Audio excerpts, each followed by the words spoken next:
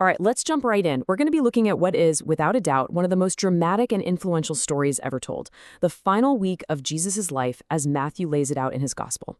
We're going to unpack how Matthew builds his incredible narrative, all the way from a king's dramatic entrance into Jerusalem to the central mystery of an empty tomb.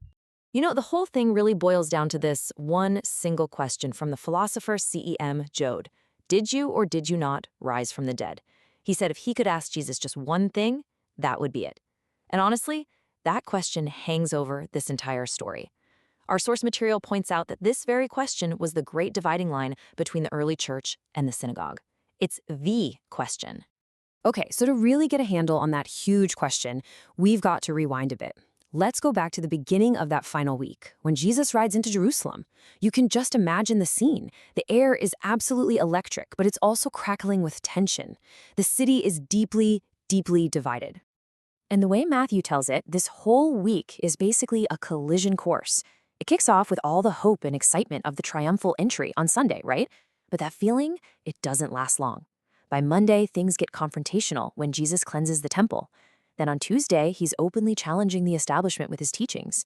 It all just builds and builds, setting the stage for the final, absolutely fateful events, the Last Supper, and then his arrest and crucifixion on Friday. Yeah, and right from the second he arrives, Matthew makes it super clear that this is a city split right down the middle. On one side, you've got the pilgrims, the people who traveled for Passover. They see a king and they're shouting Hosanna. But then you have the city folks, the Jerusalemites, and they're just skeptically looking on, asking, who is this guy? Matthew is definitely showing us that Jesus' arrival wasn't neutral. It forced everyone to pick a side. And that conflict, it really comes to a boil inside the temple. I mean, Jesus doesn't just tip over a few tables. He completely takes over, healing people the rules would have excluded, basically asserting his authority over the whole place. Then he starts telling these stories, these parables, aimed right at the religious leaders. And he tops it all off with what he calls 7 woes. And the text we're looking at describes them as being like funeral songs for men who were already spiritually dead. Whoa. I mean, that is a direct challenge they just could not let slide. And of course, a challenge like that leads directly to one thing: his arrest, trial, and execution. And in this part of the story, Matthew really zooms in not just on Jesus, but on the failures of pretty much everyone around him. This is so fascinating. We see 2 totally different ways of dealing with massive failure. You've got Judas and you've got Peter. Both of them betrayed Jesus, right? But the text points out this absolutely crucial difference. Judas feels remorse, which is this destructive, guilty feeling that just leads him to despair and self-destruction. But Peter feels repentance, and that's presented as this creative force, something that actually opens the door for him to be forgiven and restored. 2 betrayals, 2 completely different outcomes. Then you've got Pontius Pilate, the Roman governor. Now, the account here notes that Pilate was in a really tough political spot. He knows Jesus is innocent, but he's also terrified that the Jewish leaders are going to rat him out to the emperor for all his past corruption and cruelty. So what does he do? He literally washes his hands of the whole mess, condemning an innocent man just to save his own skin. It's pure political calculation.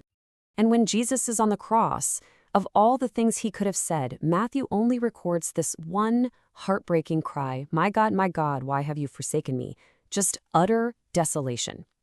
And yet, the source material points out something incredible. His very last act is described as a loud shout. And the interpretation here isn't that it was a cry of pain, it was a shout of victory, a triumphant roar from someone who had finished the job. Okay, now get this. This is one of the biggest ironies in the whole story, and Matthew makes sure we don't miss it. Jesus had told his own disciples over and over that he would rise again, but they seem to have totally forgotten. So who did remember? His enemies. The chief priests march right up to Pilate. They specifically mention the prophecy, and they demand a guard for the tomb to make sure the body doesn't get stolen. The irony is just, wow. And that guard, the very thing meant to prevent any funny business, ends up being a witness to the central mystery of the entire story. Because come Sunday morning, that tomb is empty. And the big question is, why?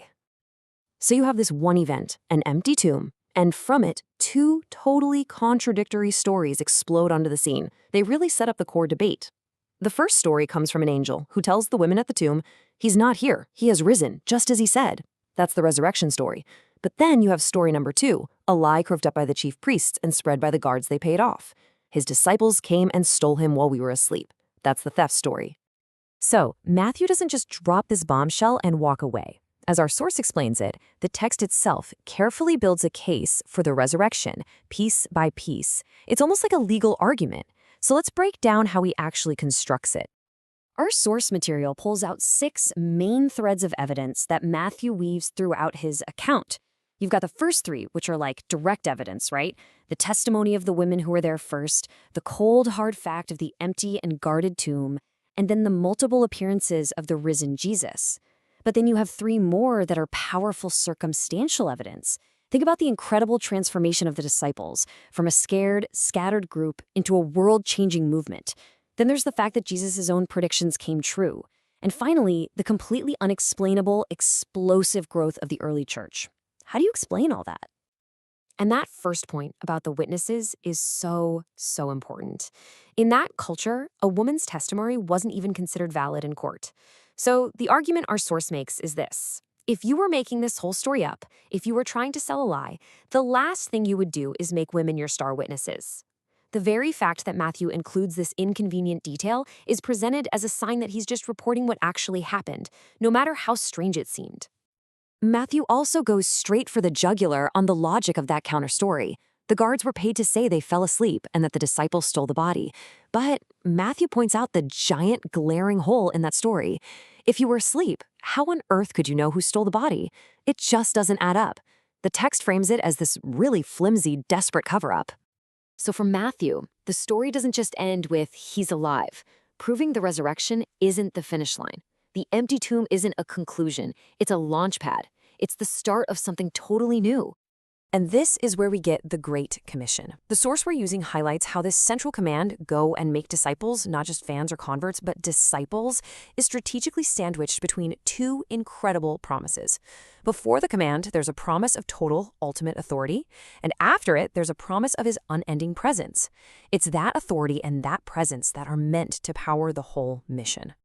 So Matthew's gospel doesn't really have an ending, does it? It has a beginning. It frames the resurrection as the single event that kicked off this massive global movement. And the final question it kind of leaves hanging in the air for us is this. How does a mission that was launched from an empty tomb, a mission armed with these wild promises of authority and presence, continue to operate and shape our world 2,000 years later? It's a question that echoes all the way from that empty tomb right down to today.